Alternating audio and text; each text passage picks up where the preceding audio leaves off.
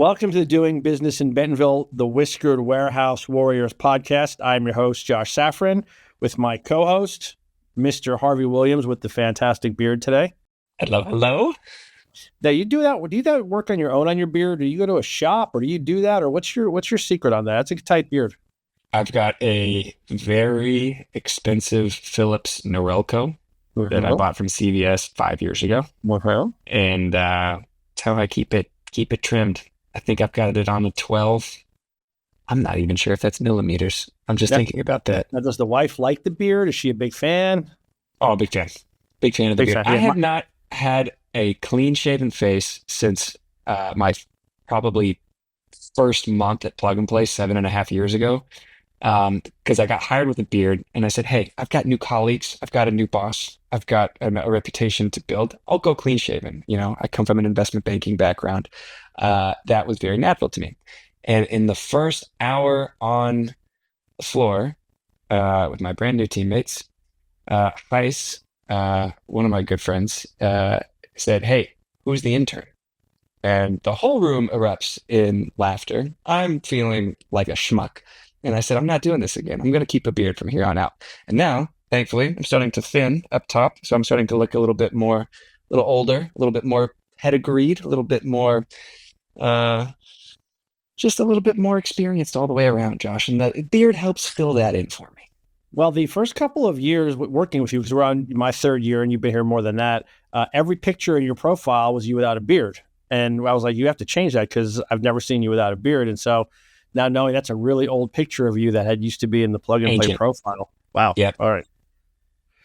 Well, moving on for the audience, because we're not specifically here to talk only about that today, but Rahul did get the memo and kept his beard. So we got very lucky. Rahul, the founder of Genuin, welcome to the Doing Business in Bentonville Warehouse Whiskered Warriors podcast today. Thank you for joining us, my friend. I had a chance to meet you in person last week and really, really impressed with your tech. Why don't you just give the audience a little bit of your background? I know you had multiple exits and you've had multiple different startups that you founded. So why don't you start off with a little bit of a bio around you, sir? Yeah, absolutely. First of all, thanks for having me, Josh, Harvey. Great to meet you as well. Very briefly about myself. So I'm in finance operations on the tech world for the last 20 years. This is my fifth rodeo, Genuine. My first one was DigitalOcean, the cloud-based company in New York, did IPO a few years back, went public at $4 billion market cap.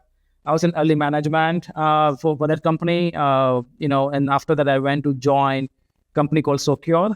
It's in fintech, based in New York as well, a deep tech company. The last round we did at Secure was Series D at 4.5 billion valuation.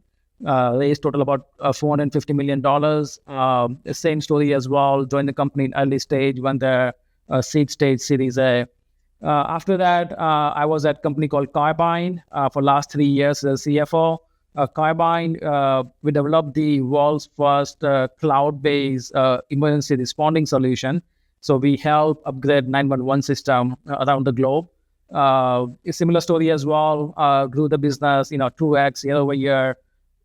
Raised about $130 million Series C investment we got from Founders Fund, Valor Equity Partners, some of the amazing funds. And then I met, Genuine, and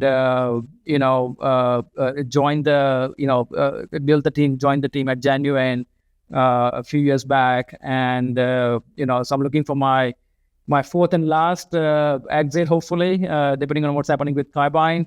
So that's all on the corporate side. And before all that, I was with Ernst & Young, KPMG for a long time, working on the IPO practice, did many IPOs over there. So before you get into Genuine, Harvey, you would tell me, right? There's no such thing as a sure bet in this game, but he's pretty close to a sure bet. Like everything he's touched has turned to gold. So that gives me a good feeling on Genuine and where this thing is going to go, right? Oh, yeah. I mean, the pedigree, the background. Rahul has seen almost everything you can see, I would imagine, in kind of the last era of tech startups. So yes, that's awesome. He's almost a sure thing. Rahul, did anything stick out just from your kind of your journeys with those companies? Anything stick out to you that's just a funny story, a horrifying moment, securing victory from the jaws of defeat, 5 days from cash out. You pick. Yeah, I mean, so many. Like, working in the startup, like every day is a fire drill, right? Like I remember the days at the Carbine where we had literally, 1 week of cash left in the bank. And, I was talking to my CEO that, dude, what we're going to do? Like, we're working on the fundraising, the check hasn't hit the bank yet, and we have 1 week of cash left. And, so we went through those moments as well, with the sleepless nights. But luckily everything worked out, and, we grew the business amazingly from that point. I remember the days at, Secure and DigitalOcean where, every day we were like growing like crazy, right? Like, there's a super high growth moment that we had for like next 6 months, next 12 months, growing, month over month, quarter over quarter. So, all that, plus I remember the moments at, at Genuine, like, recently that, when the fire drill, when the service is down, or when something happens in the back end in the system, and we have like 20 people working on it to fix it and all those things. But yeah, I mean, there's like there's like I have seen like high of high and lows of low during this journey, and but it's exciting. Like I think this is what I love. Like I love to be on the edge. If things get routine, I get bored very easily. So I like to be on that edge. Like that thrill. And this is where I get that. So yeah, I love every moment of it. So give us a little bit of the tech and Genuine. Is it Genuine or Genuine? I don't want to make sure I'm saying correctly. It's a Genuine. Genuine. Okay. Yeah, just like Get Genuine that without song it. out of your head, Joshua. I'm just making sure because yes, so Genuine. So give us a little bit of the tech on the Genuine. Pony. I knew we'd get Harvey singing today, so that's why I threw it out there. Yeah, on it, right? Exactly. Sorry, Rahul. We digress.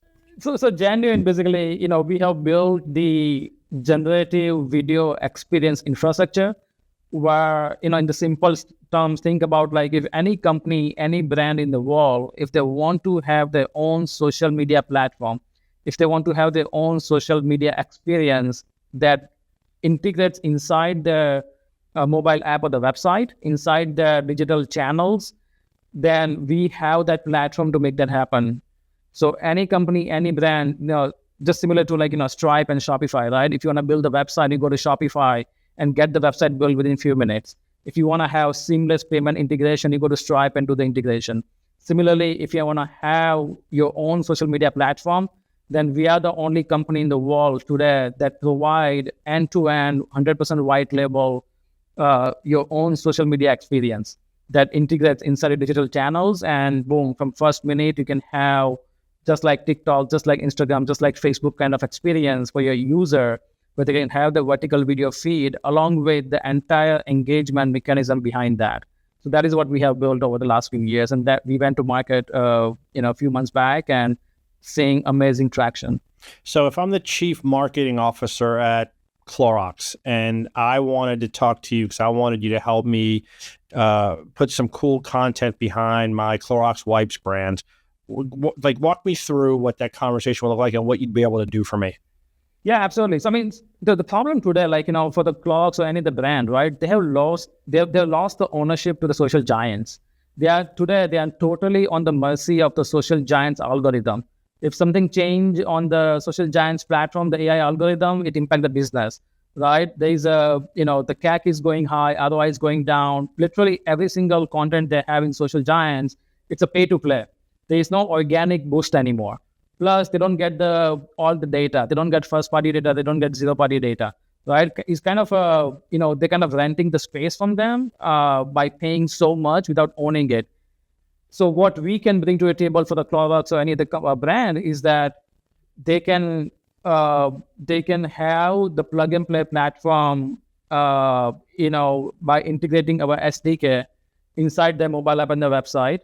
So, we have the robust backend center where they can log in simply, with the one click of, thing. They can build their account. They can integrate their Google Drive or the social handles where they have all the content. Our AI platform can fetch all the content and create the groups or subgroups or topics based on the brand affinity. and all the content get curated automatically by the AI platform and get tagged into particular groups. And within a few minutes, a few days, they can have their own social media platform just look like TikTok and Meta platform that sits inside the digital channels. So that way, what happens is, by having the platform like this for the Clorox, they get all the engagement back to the destination. Right now, they are, talking to their audience, their consumer, their users, their customers inside the ecosystem. Right now, they're also having, all the zero-party, first-party data.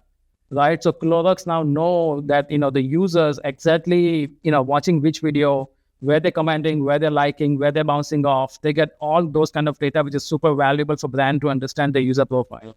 The third thing is it's expand the use of the content. Right now they're producing all the content. They have millions of minutes of content. That's going on through into YouTube or social giant platform, but there's no value for that. They're not getting true value. Now they are getting the true value of all the content they're producing because it sits inside the ecosystem, and they are driving the kind of that algorithm that which content they want to show to which user and all that thing, right? And the last thing is, this create the new revenue stream. So now we are kind of increasing the time spent on their digital channels. So now consumers, the users, the customers are spending more time on their platform versus watching those content on the outside the ecosystem, right? So having people spend more time, it's always great. So this is what we can bring to the table. So are you able to understand, I mean, everything you just said makes a ton of sense to me. If I'm keeping people on the Clorox website in this specific example, instead of pushing them out to TikTok and hoping that they come back, are you able to understand what they're doing on your website, what they're looking at, how much time they're spending to really understand and identify with that consumer and some of their shopping behaviors? Absolutely. So we capture and we provide about 200 events of data to the brand. And all this data owned by the Clorox, right? We just process the data. We don't control the data. So now Clorox having all this data, knowing exactly the user profile, the user journey, and not just that, before that, right? Like, if someone is looking for, some cleaning supply on Google, when they come to the Clorox looking at, those products, they get the content to see relevant to the search query, right? So they know where user came from, searching for which item and what video they're watching based on that, and how much time they're spending and all those things. So absolutely, this is exactly what we can bring to the table.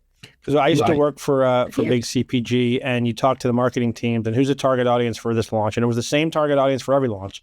Mom, 25 to 40, right? Making $85,000 a year household income at a minimum. And that's who everybody wants. That's the sweet spot. But the reality, that's not the person who's necessarily shopping or they're scrolling on their website. And so you're really marketing to actually the wrong person, because who you're aspiring to market to isn't actually who's shopping for your brand. Yeah, absolutely. You got the very relevant point. So see what happens on the Meta, right? So when you go Harvey, I got the relevant point there, Harvey. See that? You impressed Harvey today. It's been a while since Josh has received that kind of compliment. Rahul, that makes me wonder if he didn't pay you off before we got started here. We had a pre-call before this, Harvey. With this, like, you're just jumping in here.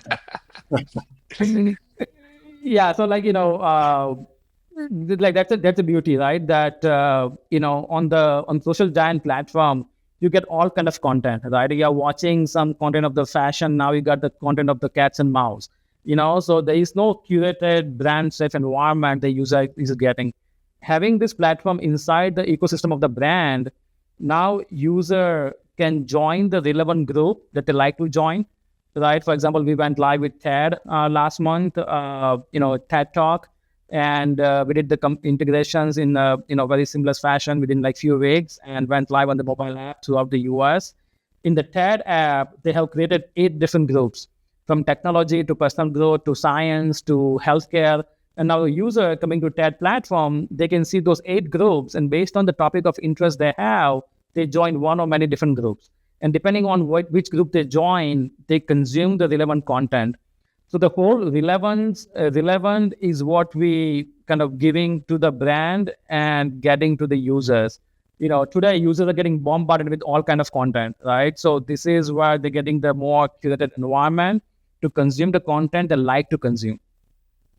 And then for kind of like the future of how you guys foresee the shopping experience evolving, what role do you guys want to play in kind of how you're starting to change that dynamic for the shopping experience? Because how do we tie this Yeah. back to our listeners of like, okay, in 12 months, in 24 months, this is what you can expect if you walk into a large retailer, doing business in Bentonville. So if you walk into a Walmart, for example, what might that look like for the consumer? You know, they're going to be watching a video, they're going to see an ad placement, but then maybe they're also going to be able to click on a product in the video itself and they're going to see a deal. Can you kind of elaborate a little bit on that? What we like to make a change is that we want to bring that entire purchase discovery journey at the brand's destination. You give an example of Walmart, right? So if I'm looking for, let's say, a TV, I look at, and I like the, ABC company TV. I look at them on the Google. I want to look at the review. I want to look at some UGC, some feedback. So I consume all this content on the Google or different platform. Then I come to Walmart and buy that, right? I don't spend like 1 minute on Walmart and buy that. Instead of that, what we are bringing is that entire purchase discovery journey at the brand's destination. So now I'm coming on the Walmart, and in the Walmart itself, I'm watching all the content, all the UGC for the TV, all the feedback, all the review videos. And over there, I'm deciding to buy that and adding the cart and buy it right away, right? So that entire purchase discovery journey from, end to end, it's going to happen at the brand's destination. On top of that, to answer your second question, what change we're going to make over the next 12 to 24 months is also that, having our platform integrated in one and many different brands, we are creating the entire network effect, right? So think that, we have a brand, TED went live, right? We have Buzz went live. Let's say we have Walmart, we have Grubhub, we have Wakefund, right? We have all different multiple brands. So think like, now as you being the, Walmart as a brand customer, now you can have access to the TED ecosystem. You can have access to, let's say, iHeart ecosystem or Grubhub ecosystem. So we can give each and every brand that additional reach and distribution that they don't have it today. And that is a super valuable, that you can get millions of new users access that you don't have it today in the relevant fashion. Rahul, we talked about Clorox, we talked about Walmart. When you work in the intersection of both, I assume that there is a reason for you to have a contract with a retailer and a reason for you to have a contract with a brand. Kind of walk us through the differences, the similarities, where the overlap may be. Yeah, so we typically integrate the platform with let's say in the Walmart example, with Walmart as a customer. So we signed the contract with the Walmart. Now Walmart have thousands of retail brands as their partners, right? And they have already the co-op dollars. They already have all the content they're getting from the brands being advertiser in the ecosystem. Now what we bring to the table is this new video channel, new video unit, new video content that Walmart can put on the platform, where all the brands can be a sponsor, can be an advertiser for this new video ad unit, right? So we are giving that uncapped, unlimited inventory to the Walmart that they can extend to all the brands they have. And all the brands, the benefit for them is they're getting in front of relevant people, right? To your earlier point. Now they are not showing the video of washing machine to someone who's looking for TV. They are showing the video of washing machine to someone who is interested in washing machine. So that whole relevance that we add, that Walmart get and the brand get, is super valuable. And that is what, we are kind of adding to the layer. But we don't sign the contract with the brand. The brand become the sponsor at the retailer. We are happy to integrate the platform directly with the brand as well if they want. So we're talking to a few brands, they're like, we'd love to bring this experience on our platform. We're not looking to monetize. We're not looking to add incremental ad revenue, media revenue, but we just want to have this experience where we own the audience, that we control the communities, we control the algorithm. So we bring platform to them and they turn on these integrations, and now the users getting that experience inside the brand's, destination, inside the brand's ecosystem. Without having the new revenue stream. And then how do you guys foresee the world changing for the in-shopping experience, or the in-store experience, excuse me, whenever they're going to Sam's Club or they're going to Walmart?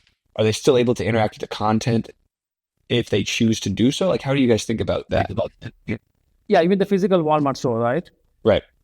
Yeah. So basically, if anyone's going to, physical Walmart store, like, they can think about, like, you have now the scan for the QR code outside every aisle in the store, right? So you're scanning the QR code. When you scan the QR code, now you're seeing that particular group or particular community for that aisle where you are consuming the content, for the item you're looking for in that aisle.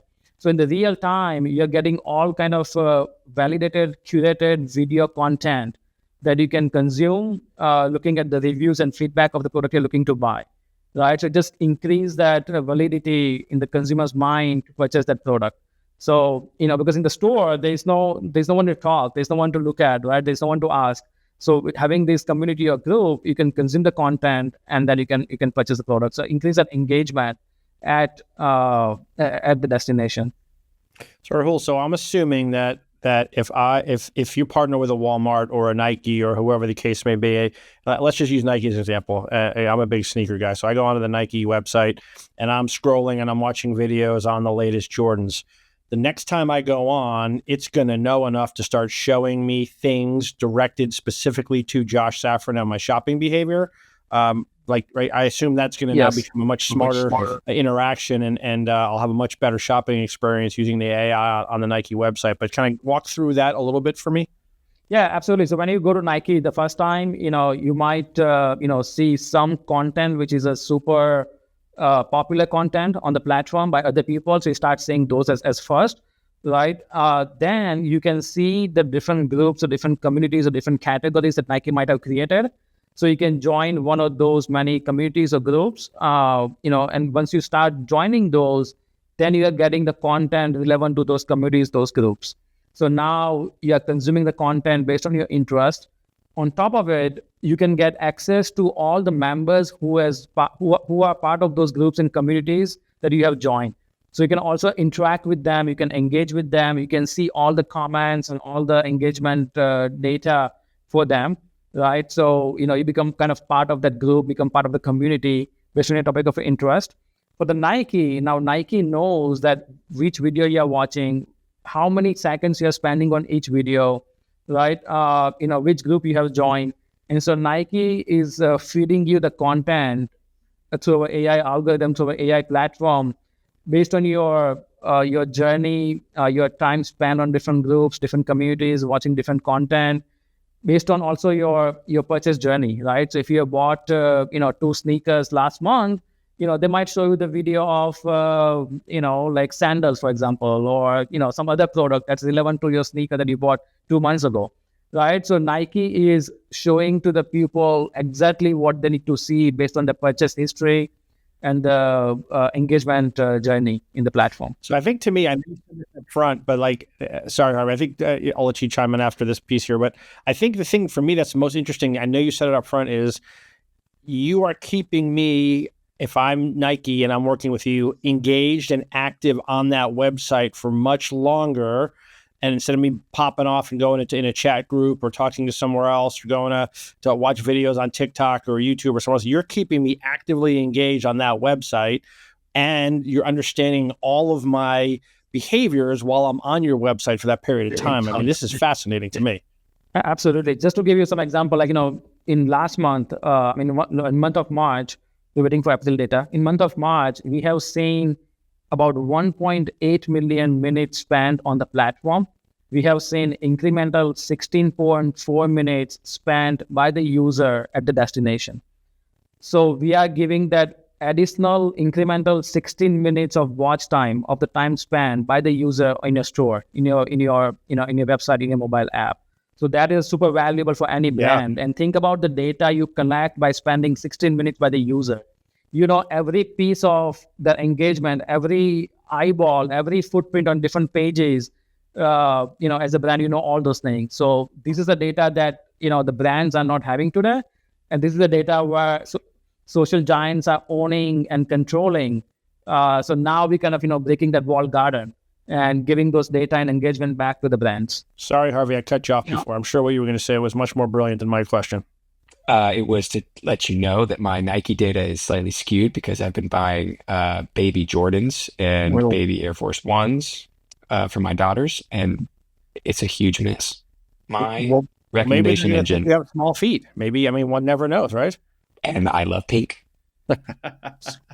Um, does this, I for your business, for Genuine, are you guys focusing on a particular price point for the product, a particular category of product?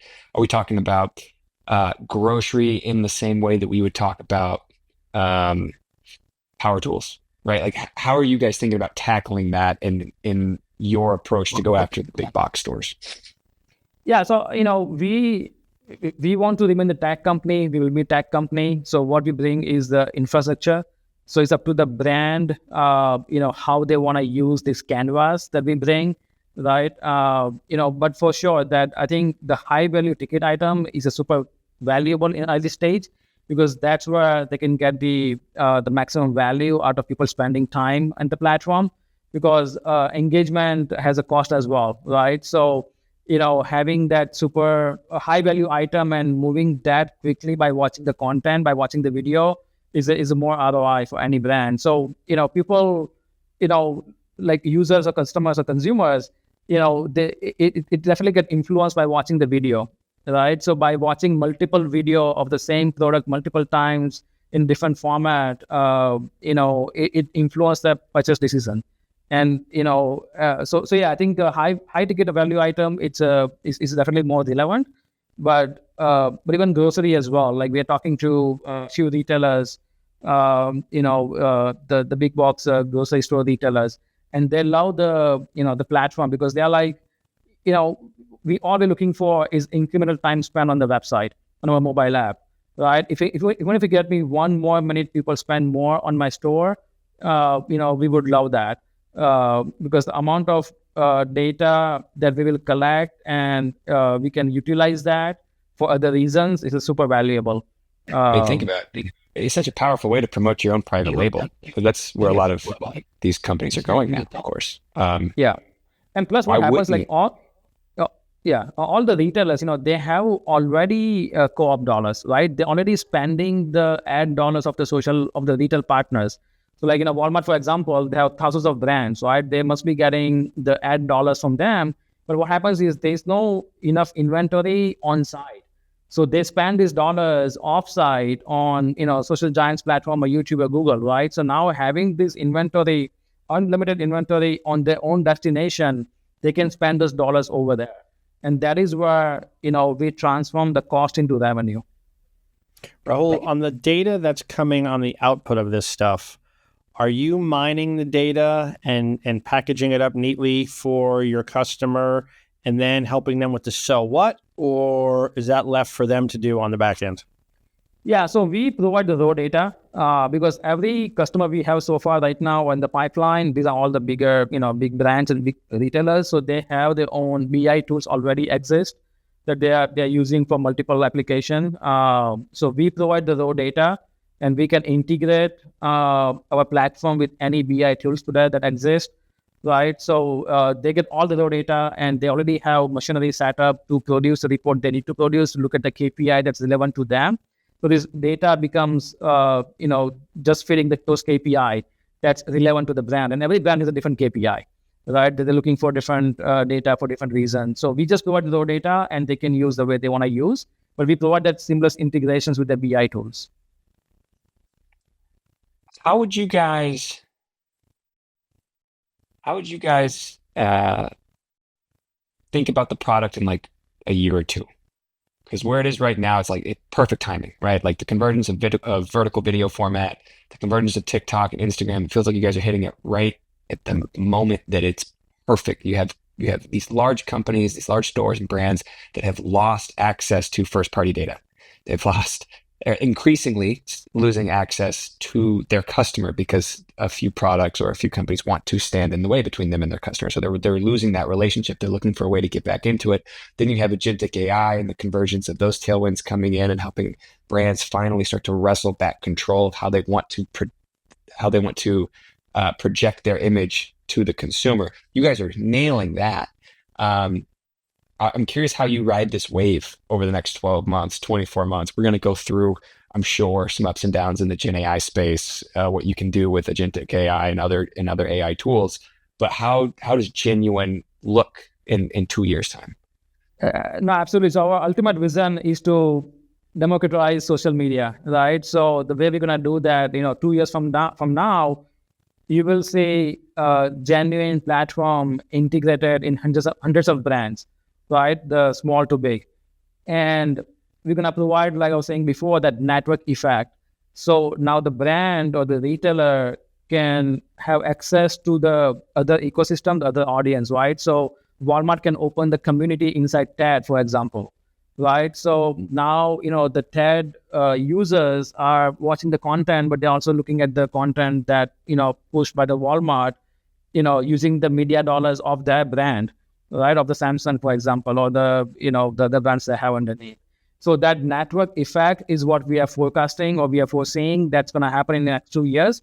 The other things we're going to do is that we want to provide that infrastructure where every company, when they from the day one, when they open the entity and they open the first, their website on Shopify, the first thing they will do is open the, account in Genuine platform and own their own social media platform, right? So, so any company looking for to start the business to have their own social handles, they're gonna do that on Genuine platform, and by doing that, instantly they will get access to these 100 other brands that we have, from Walmart to TED to iHeart to Grubhub, where they can now get that additional reach and distribution.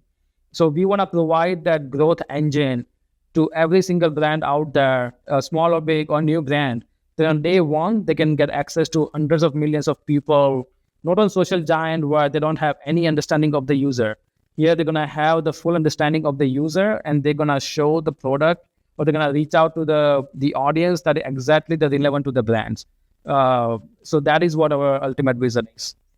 Rahul, as you're starting this journey, because you're an earlier company here and you're thinking about working with a Walmart or a Target or a Kroger or a ShopRite or a Publix and so on, is there anything that you would do with one or not the other? Is it okay that you're working with many? Is there anything, the reason that if I work with Target, I can't work with Kroger, but I can work with Costco? Like, what does that look like for you from how you're going to pick and choose partners and who you want to work with and not work with? Yeah, no, I think, we can work with each and anyone. We don't have any conflict, or, we provide basically the technology, right? So each brand can use the technology how they want to use. There is no, data sharing among them. Every brand will have their own data. They're going to have their own experience. They're going to have their own customization, personalization based on the brand affinity and based on the user profile that they have. So we just remain that infrastructure company where brands can come and open their own TikTok shop. We don't. But the one thing I want to make sure I want to call out is that what we are doing, none of other company or big if you look at like Amazon, for example, none of those can do it. Right, because they already have so much conflict of interest in the business, so they cannot provide this infrastructure to other companies. They can have on their own platform, right? Similarly, any other like Walmart, for example, like no one can, no big retailer can provide this white label to the brands because of obvious reasons. So Genuine is the only platform that available out there. They can provide the white label to each and any brand. The only platform, Harvey, the one and the only. I want to make sure that you're clear on that. Yes, absolutely. Harvey, any other questions for Rahul before we ask him to wrap up with website and LinkedIn and all their pertinent data and information? I think maybe we can add to that, Josh. Also want to make sure this is a platform for people to try to get the word out if they're making any key hires. There might be folks in the community that would be interested in joining a startup or joining a rocket ship that you guys are building right now. So in addition to the wrap up and everything else, yes, are you currently hiring? In what positions? How can people get in touch with you? Like, what's a good chance for us to be a funnel for you on the talent side? Are you looking for a job, Harvey? Just making sure we're putting that out in the world that you're good, right? Look, we're the Whisker Warehouse Warriors. It's a good it's a good gig, Josh. But what Rahul is building is I mean, he's a four-time top-notch. exit. I mean, like, why would you not want to be on his team? Like, I want to take my content strategy to the next level. Yeah, of course. Like, you want to be with the winners, and Rahul's definitely demonstrated he's a winner. I'd want to work for him. Exactly. Are you hiring? Guys, come to us anytime. We love to have you. Yeah, and to answer the question, so we're always looking for talented people. It's always hard to find, and we're always looking for the right skill, the right talent.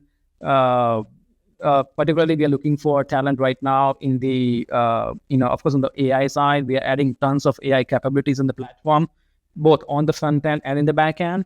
On the back end, we are adding the whole the content curation, moderation, capabilities where the like brand like Walmart or any other big brand, they have tons of content right now. Curating those content in real time within like seconds, it required a lot of the horsepower in the platform. So we are continue investing in that on that side. So looking for the talent on that front. We're also looking for talent, of course, on the front end office. So to serve the customers, we are signing many customers. This time we're getting amazing traction, and so looking for those talented account managers, the customer success team, members who can kind of help grow the account. And we're looking for people in the engineering side, right? So we have a backend office in India. We're looking to expand, the office or the talent outside India as well. So looking for those talent. So pretty much, I don't meet any of the requirements for him to hire me, Harvey. So I'm gonna probably just I was keep him listening. on Warehouse Warriors and hopefully be able to keep this plug and play office afloat here in Bentonville. We'll just slowly keep adding to our list of accomplishments here, and then maybe you'll be ready for the prime time with Rahul. Maybe, but doubtful. Maybe. Yeah. Rahul, give us the website, the LinkedIn, the best ways to contact you. Yeah, absolutely. So our website is begenuine.com. We have all the details on the website, including the career page. So, please visit that. And any questions we have, happy to schedule the call on the website, and we can discuss more detail. I'm on LinkedIn, Rahul Chat. So, definitely connect me over there as well. And happy to chat. My email is rahul@begenuine.com. So happy to receive any emails and looking for further discussion. What else? No, your background is super impressive. The tech is very cool. I think that you're ready to take off. I think there's a ton of different use cases that make sense for corporate partners and folks in this community in Northwest Arkansas. I think the supplier community is ready for stuff like this. Big retailers, big or small. It's fantastic tech, and I've had a chance to demo it and go on the website. And if you haven't seen it, please, I encourage people to do that because folks really want to see the tool, play with it, and it just makes a lot of sense for people to get access to you and what you're doing. You're about to take off, as Harvey said before. Yeah, absolutely. And I do want to give a shout out to Josh actually and the whole PNP team, right? Like you guys are awesome. I think the value you bring to the table and the connection you bring to the table is super valuable. So not just Genuin, but any other startup, I think they're looking to kind of, expand their network. I think PNP is the place for that. So thank you guys for all your help and all your support so far. Saeed, Sanam, make sure you're listening to this when raise and promotion time comes in. I mean, it's just I'll have to put that into my annual review, Harvey, with Frederick. Make sure he had a chance to hear that. That was a great shout out for me. I heard a really wonderful plug for sponsors to come in here. That's what I was hearing. That's what Rahul. Amen. Sponsor gold. Rahul, thanks for spending some time with us, man. I think you're building something that's really cool, and it's changing the way that we're going to shop and engage with these major retailers, and it's doing it in a way where the retailers have a voice, they have a control over that journey now, and they're wrestling that back. I think that's awesome. Yep, absolutely, exactly. Thank you, Rahul. Thanks for making the time. Thanks for having me. Appreciate it, Harvey. Until we meet again.